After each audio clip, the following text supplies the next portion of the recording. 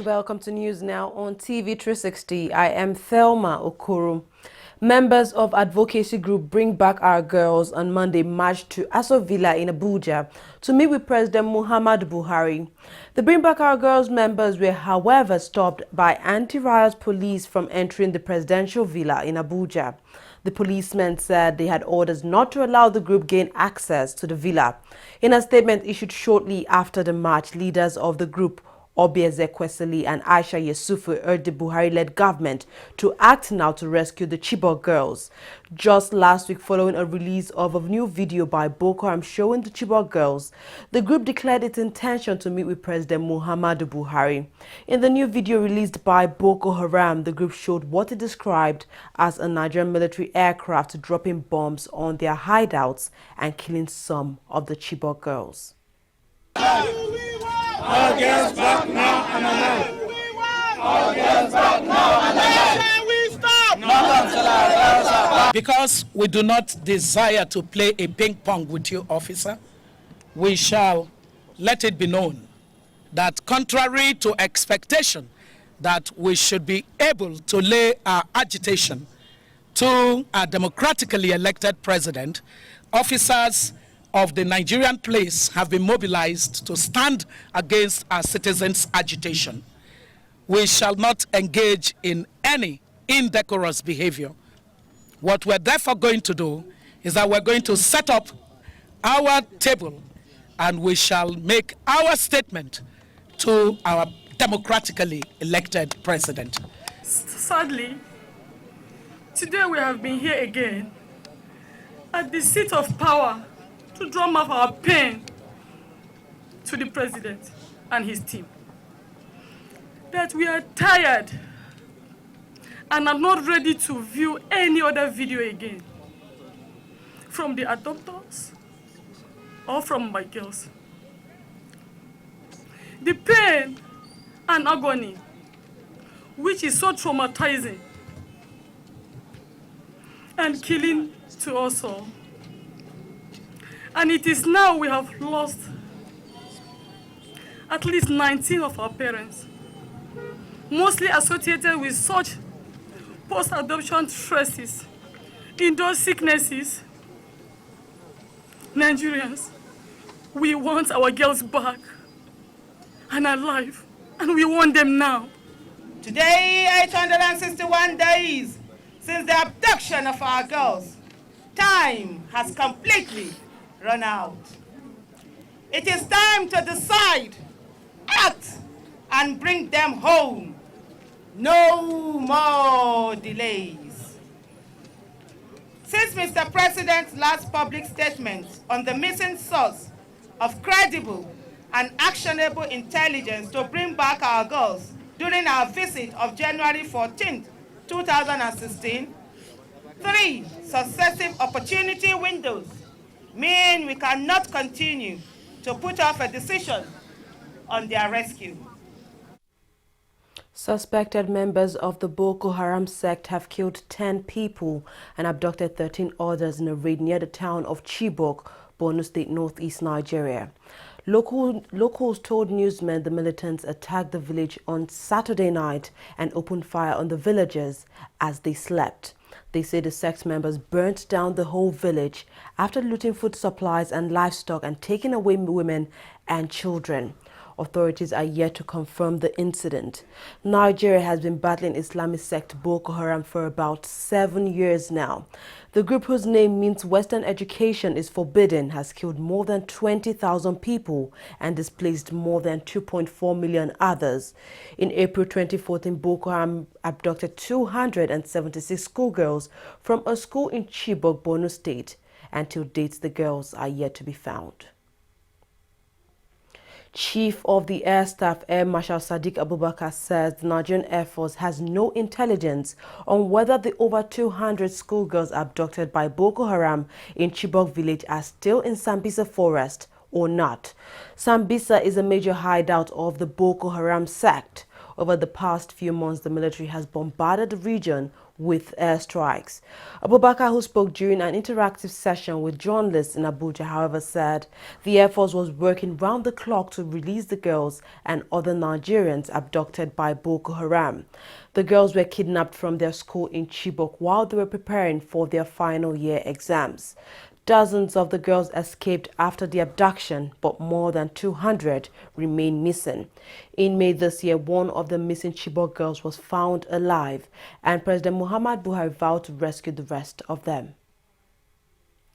Following the rising number of people displaced in the northeast part of the country as a result of insurgency, the National Emergency Management Agency NEMA has requested for local and international humanitarian support to ease the burden. NEMA Director General Sani Sidi has set aside that from the activities of Boko Haram insurgents in northeastern Nigeria, other crisis in the country has left millions of Nigerians internally displaced. He was speaking at an event to mark this year's World Humanitarian Day in Abuja. The call for humanitarian care, which center on the theme of 2016 World Humanitarian Day, titled One Humanity, is appropriate and relevant, considering the humanitarian challenges encountered in the northeastern region of Nigeria, especially in the state of Adamawa, Borno, and Yobe State, which is the epicenter of the Boko Haram insurgency. Other states heavily impacted by Boko Haram insurgency and the resultant humanitarian outcomes, including the frontline state of Gombe, Bauchi, and Taraba, regarded as safe havens for thousands of internally displaced persons seeking refuge and shelter. The huge humanitarian challenges created by massive displacement of people into the IDP camps, host communities, and self-centered justify the theme of One Humanity, aimed at making members of the public to share in the feelings and emotions of victims of insurgency. This also calls for working together in providing support for the teeming IDPs in the northeastern of Nigeria and other crisis-prone areas of Nigeria. Militant group Niger Delta Avengers says it is now ready for a ceasefire and dialogue with the Nigerian government. The group, in a statement posted on its website, also listed its conditions for the dialogue.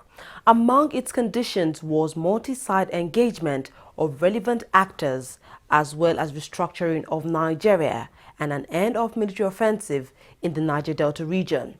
The Avengers is a group which has claimed responsibility for several attacks on oil facilities in the Niger Delta. Experts say any ceasefire agreement would be very difficult to enforce as the militant scene is divided into various groups. Nigeria, an OPEC member, was Africa's top oil producer until the recent spate of attacks pushed it behind Angola. Delta State Commissioner for Health, Nicholas Azinge, has confirmed a new case of Lassa fever in the state.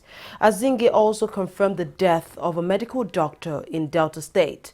The wife of the doctor reportedly tested negative to the virus, while 32 others the doctor had contact with have also been quarantined. Lassa fever is an acute illness with bleeding and death in severe cases caused by the Lassa fever virus, with an incubation period of 6 to 21 days. It was first detected in Lassa village in Borno State in 1969. Transition Monitoring Group TMG has elected Abiola Akiyode Afolabi as its new chairman.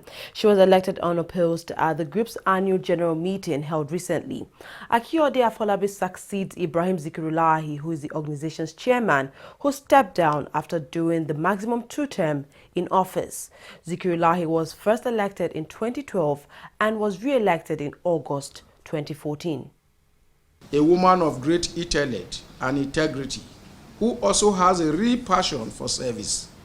She's none other than the consistent human and women's rights advocate and activist par excellence, Dr. Abiola Akiyode Afolabi. She is a personification of the wealth of knowledge, experience, and innovative leadership, which our nation will benefit when more women step up to the stage of leadership. I therefore call on you to give this new TMG board much more than the support you gave the past one. TMG, on my watch, will provide the leadership required by civil society to engage the most fundamental issues facing the electoral process. We have an electoral law that deserves review. There is impunity in the system, which we must never be tired of mobilizing Nigerians to reject. INEC has an important role to play if we must address all inconclusiveness in the electoral process. The Commission must be proactive in putting systems in place and in educating voters in electoral constituency to help them understand the realities of the process. We are therefore calling on for an Electoral Offences Commission to address electoral impunity. Tayo Jegede, a senior advocate of Nigeria, has emerged as the winner of the People's Democratic Party governorship primary election in the state. He is the immediate past Attorney General and Commissioner for Justice of Ondo State. Jegede won the primary election by polling a total of 760 votes to defeat his opponent, Sakalawa, who polled a total of just 22 votes. Addressing delegates before the commencement of the election, Jegede promised he would focus on the economy if he emerges the party's flag bearer, as that is the only way out of the non-payment of workers' salaries in Ondo. The Ondo State gubernatorial election is expected to hold in October this year. Former Chairman House of Reps Committee on Appropriation Abdulmumun Jibrin has asked Speaker of the House Yakubu Dogara to step aside for investigations to commence over alleged padding of the 2016 budget. Jibrin, in a statement, advised the 4 principal officers he accused of padding the budget to quit their positions for a proper investigation to commence by anti-graft agencies. He also insisted that the principal officers must be investigated for what he called monumental fraud. Jibrin started slamming allegations of corruption against Dogara and other members of the House leadership when he was removed as the chairman of the Appropriations Committee last month, after ceasing fire for a few days in obedience of his party's directive. Jibrin has continued his attack against Dogara. The Socio-Economic Rights and Accountability Project, SERAP, has called on the government to reopen the unresolved case of the missing $12.4 billion oil windfall. The group made the call in an open letter by its executive director, Adetokunbo Momuni. According to the group, the money was spent between 1988 and 1993 by the government of a former military ruler, General Ibrahim Babangida. SERAP urged the Attorney General of the Federation and Minister of Justice, Abubakar Malami, to use his office and power to establish the truth about what happened to the money and to prosecute anyone found guilty. The Nigerian government has reopened the Apapa Ijora Bridge in Lagos State to ease traffic in the city. This comes as the emergency repair works on the bridge are almost completed. The decision was taken after an inspection tour and a meeting with stakeholders by the Minister of Power, Works and Housing, Babatunde Fashola. The bridge was shut on Monday, August 8 for emergency repair works on some sections of the bridge. Time for a quick break, and we'll come back. We'll look at more business stories and sports. Don't go away.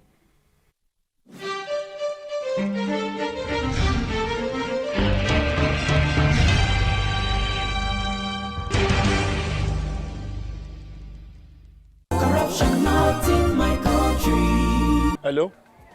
Yeah, I found your wallet in front of a supermarket. Meet me at Apple Junction. Yes, I'll be waiting for you. Now we find out. 2 of us. Thank you very much, officer. You know, it's surprising that men like you still exist in the police force. Yes, so... Oh, yes. This is just a token of my appreciation. Oh, no, you don't need to do this. We are only doing our job.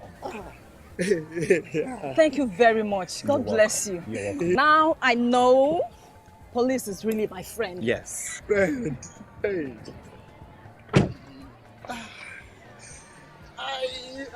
Which came up with this one? I don't understand. You know your problem. You are greedy. I'm a policeman who is doing his job. All forms of corruption in the force. Not in my country. Corruption not in my country.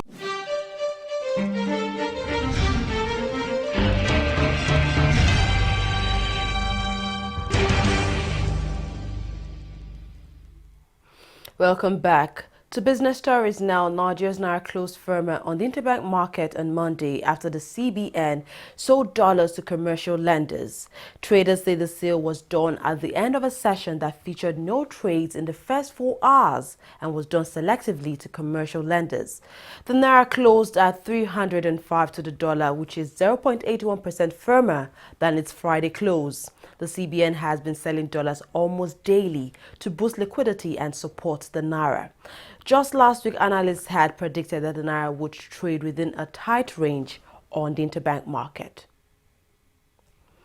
With the demand for foreign exchange growing every day in Nigeria, the Nigerian Society of Engineers have called on the government to revive the country's petrochemical and steel industries to help solve the forex challenge. The group made the call at a meeting in Lagos State, Nigeria's southwest region. According to the group, the foreign exchange used in importing raw materials into the country is indeed threatening the Nigerian economy. Our correspondent, Abiola Ismail, has the details. Nigeria's economy is on the downward spiral and pressure is on the government to act fast. Major players in the Nigerian economy are seeking the intervention of the government to stimulate the economy, making it more competitive by focusing on infrastructural development, delivering inclusive growth, and patronizing the welfare of Nigerians. One of those calling for proactive steps to revive the economy is the Nigerian Society of Engineers, Ikeja branch.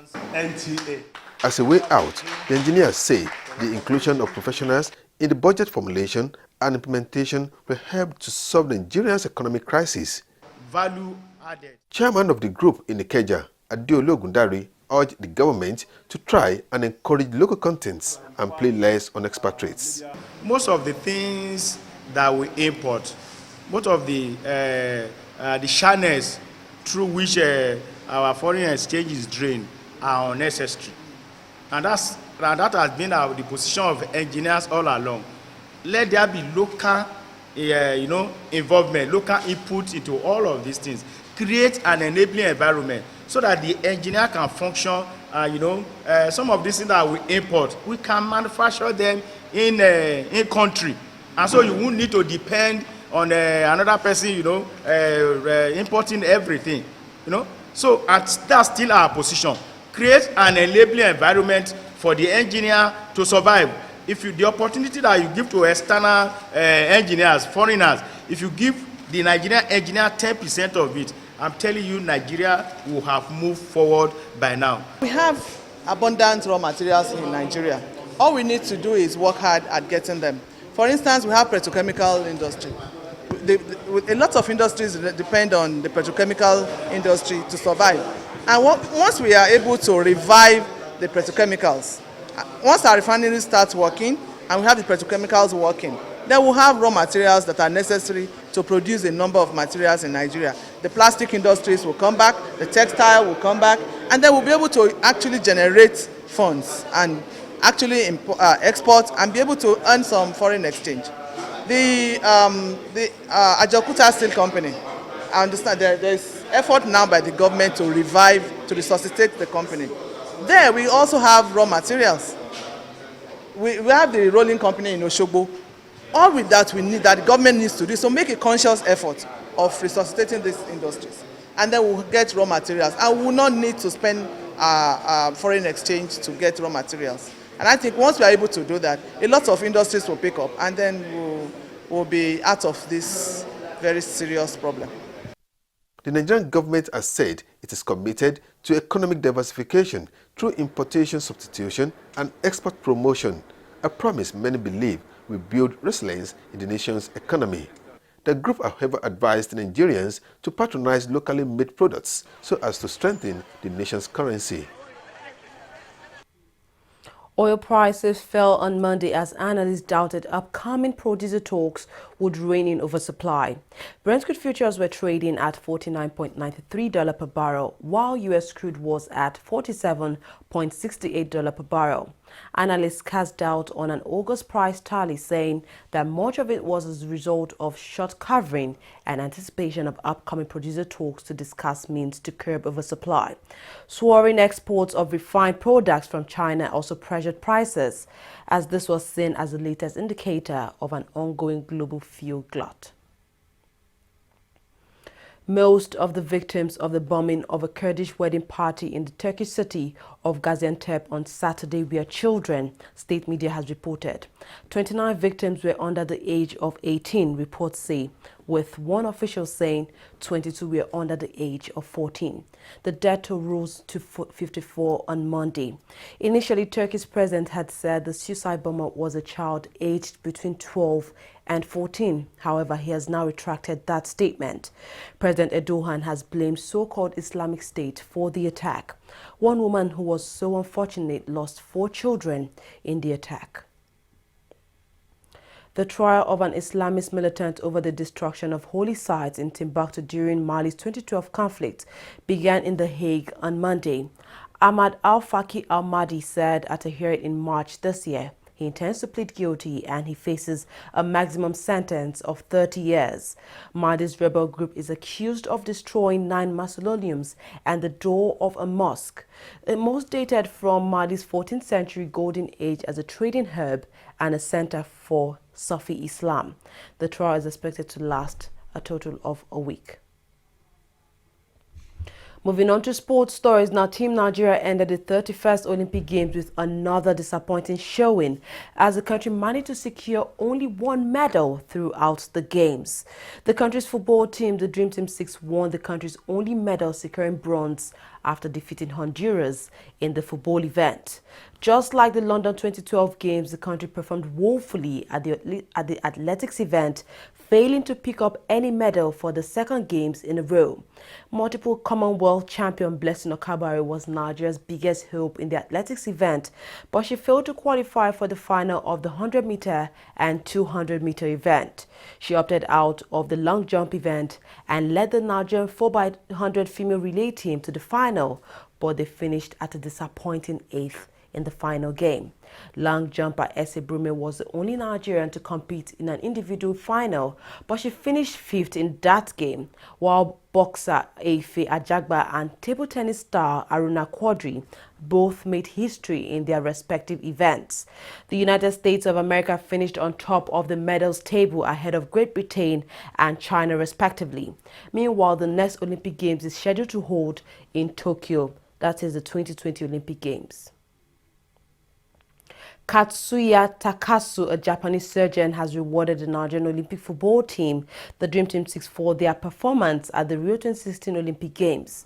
The Dream Team secured Nigeria's only medal at the Rio Games after defeating Honduras to win bronze. Takasu, who said he was inspired by the Nigerian team's attitude following their pre-games trouble, promised to reward the team if they secured a medal. Now he has fulfilled that promise by rewarding the team with the sum of $390,000 for their bronze medal. He gave the team $200,000 for their bonus and allowances and also $190,000 for the bronze medal.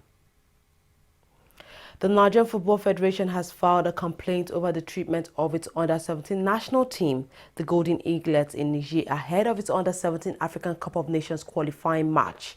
The Eaglets crashed out of the under-17 AFCON qualifying phase after losing 3-2 on aggregate to Niger.